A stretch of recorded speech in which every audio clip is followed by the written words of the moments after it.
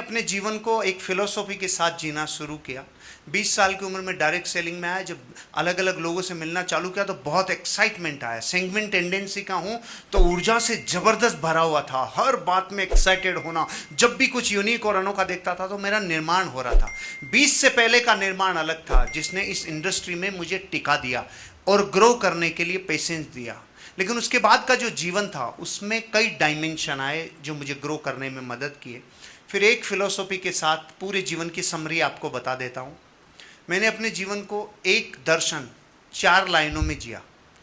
छोटे को देख के जियो, हेलो, छोटे को देख के जियो, बड़े को देख के बढ़ो, अच्छे के लिए प्रयास करो और बुरे के लिए हमेशा तैयार रहो।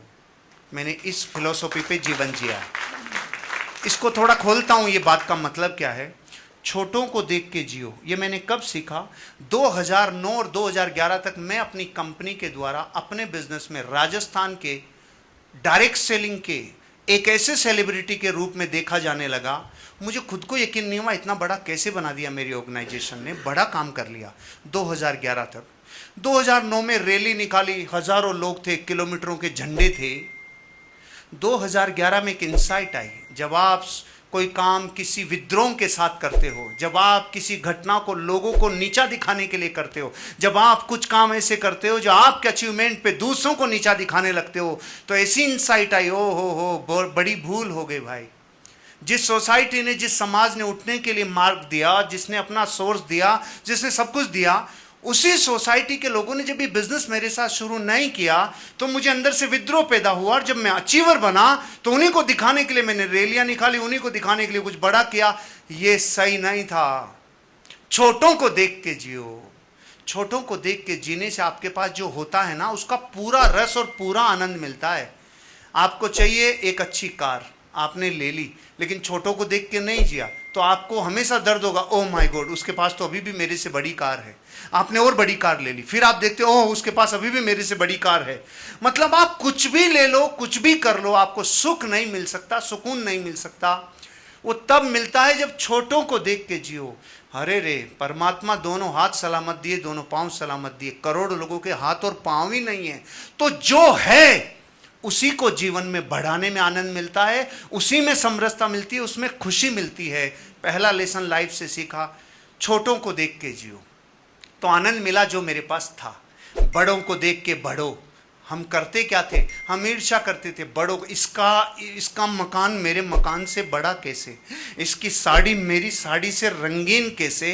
ये जो ईर्ष्या का भाव लेकर जन्मे हैं, इस ईर्ष्या के भाव को मनुष्य के समाज में रहने के लिए बहुत ताकत लगी और बड़ों को देख के ईर्ष्या नहीं, बढ़ने की प्रेरणा लेना चालू किया। आप देखो भारत में लोगों को अपनी ईर्ष्या की तृप्ति के लिए कैसे कैसा माहौल मिलता है।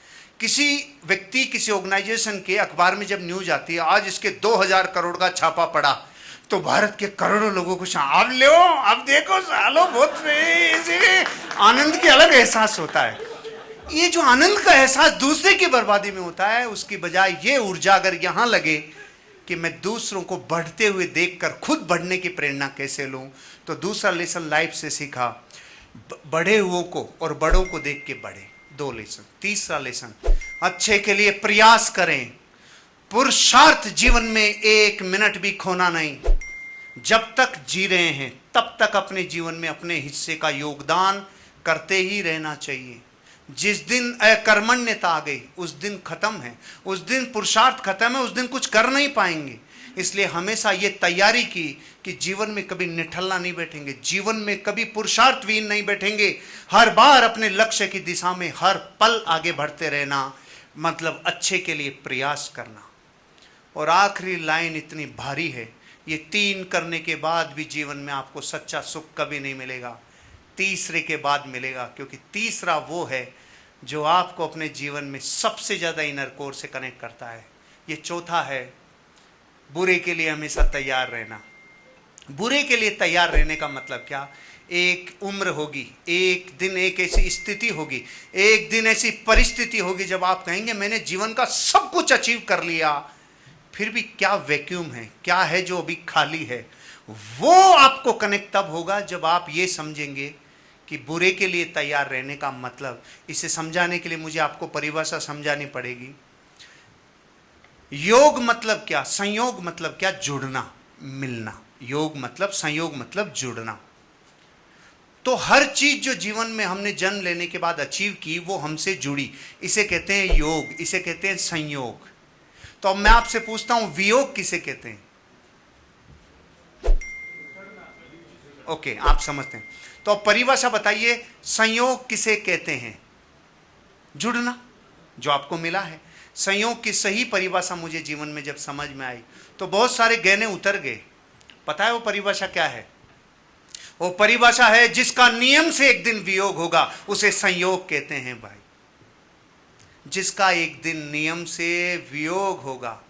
मर्सिडीज है, बीएमडब्ल्यू है, ऑडी है, पोर्शे है, नेम है, फेम है, रिकॉग्निशन है, लोग हैं, सोसाइटी है, इज्जत है, दुनिया में आपकी सब सुख समृद्धि है, हर चीज है, लेकिन एक दिन वियोग होगा कि नहीं होगा? इसे ही संयोग कहते हैं। तो वो वियोग जब होगा उस वक्त अपनी प्रिपरेशन पहले रहे कि ये जो मेरे साथ है ये भी एक दिन वियोग हो जाएगा। उस वक्त भी जो अनंत से साथ है वो जीव और वो आत्मा मेरे साथ रहेगी, जिसके बल पर मैं दुनिया में लोगों से मिलता हूँ और उस बिहाव पे आगे बढ़ता हूँ।